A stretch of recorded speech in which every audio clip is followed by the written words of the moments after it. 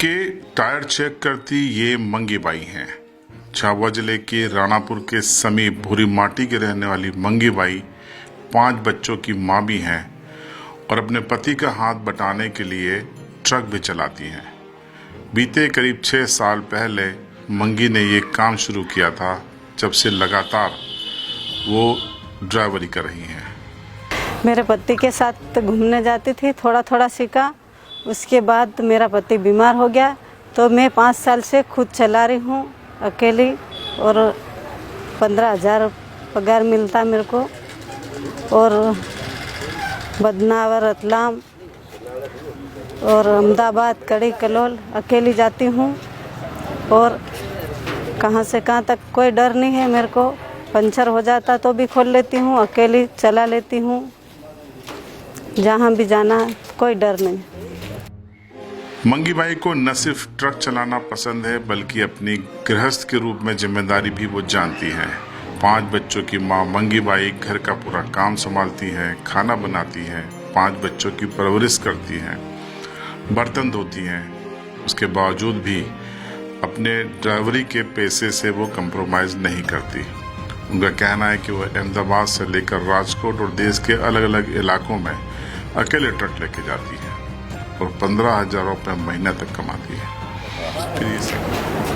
ये मेरे हस्बैंड के साथ घूमने जाती थी, धीरे धीरे थोड़ा थोड़ा सीखा। उसके बाद मेरा हस्बैंड बीमार पड़ गया। उसके बाद मैंने बोला कि मेरे को सिखा दो गाड़ी, फिर घर कैसे चलेगा।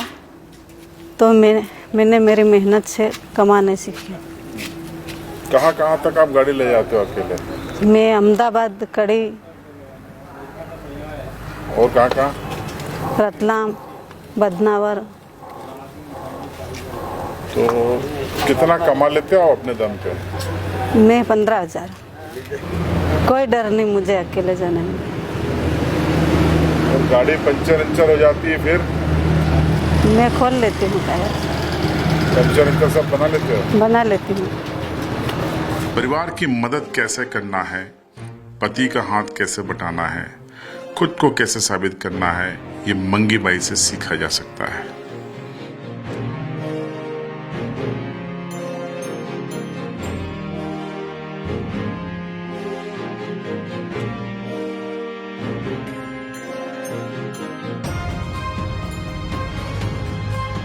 महिला सशक्तिकरण की दिशा में आदिवासी अंचल में मंगी बाई इकलौती नहीं है।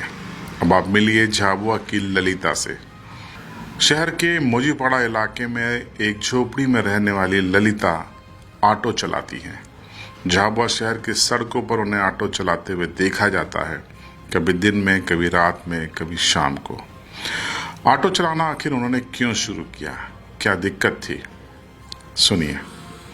मेरे को 5 साल हो गए, फिर मेरा पति ऑटो लेके आए। घर गृहस्थी चलती नहीं, आदमी मैकेनिक है और घर की पूर्ति नहीं होती, इसलिए मैं ऑटो चलाती। फिर वो मैकेनिक का भी काम करता, रंगोली भी बनाता। तो फिर धीरे धीरे फिर भी घर नहीं चल पाता, फिर भी धीरे धीरे करते हम। तो उसकी मदद करना चालू किया मैंने। किस्त थोड़ी बहुत चुका लेते, घर का मेंटेनेंस संभाल लेते। थोड़ा बहुत जो भी होता है वो बच्चों को पढ़ाई लिखाई वो कर लेते हैं। तो सुना आपने, पति की मदद करनी थी, परिवार को चलाना है और घर भी अपना बनाना है। इन तीनों चिंताओं ने ललिता को ऑटो का स्टीयरिंग पकड़ने पर मजबूर कर दिया। लेकिन ललिता ने हार नहीं मानी। वो बिंदास ऑटो चलाती हैं, उनके पास अपना लाइसेंस भी है। शुरुआत में लोगों को अटपटा लगा, अजीब लगा, लेकिन धीरे धीरे शहर के लोग भी आदी हो गए और ललिता की जीवटता को सैल्यूट भी करने लगे। ललिता गर्व करती हैं अपने पैसे पर।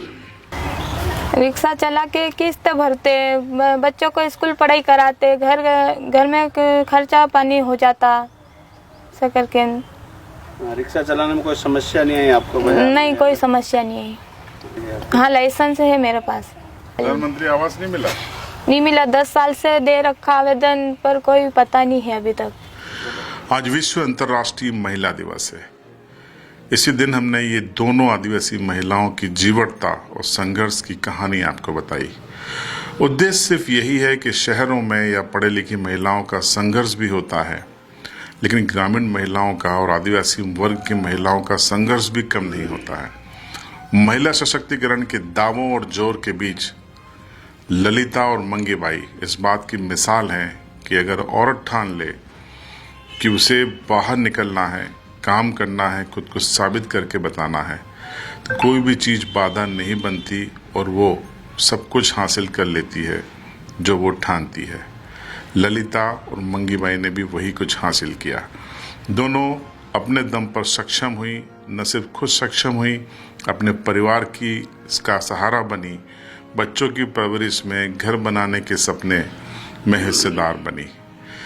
कहते हैं कि स्त्री और पुरुष एक गाड़ी के दो पहिए होते हैं, दोनों समान रूप से चलेंगे परिवार बेहतर चलेगा, लेकिन अगर दोनों समान रूप से कमाएंगे तो परिवार और बेहतर चलेगा। विश्व अंतर्राष्ट्रीय महिला दिवस पर ललिता और मंगीबाई को सैल्यूट सिविल लाइव की ओर से। आपके इलाके में भी अगर इस तरीके की कोई महिलाएं हैं जो संघर्ष के साथ जी रही हैं, जीवटता के साथ जी रही हैं, एक मिसाल है महिला सशक्तिकरण की, तो कमेंट बॉक्स में ज़रूर बताएं। हम उनकी स्टोरी भी कवर करने आपके इलाके में आएंगे।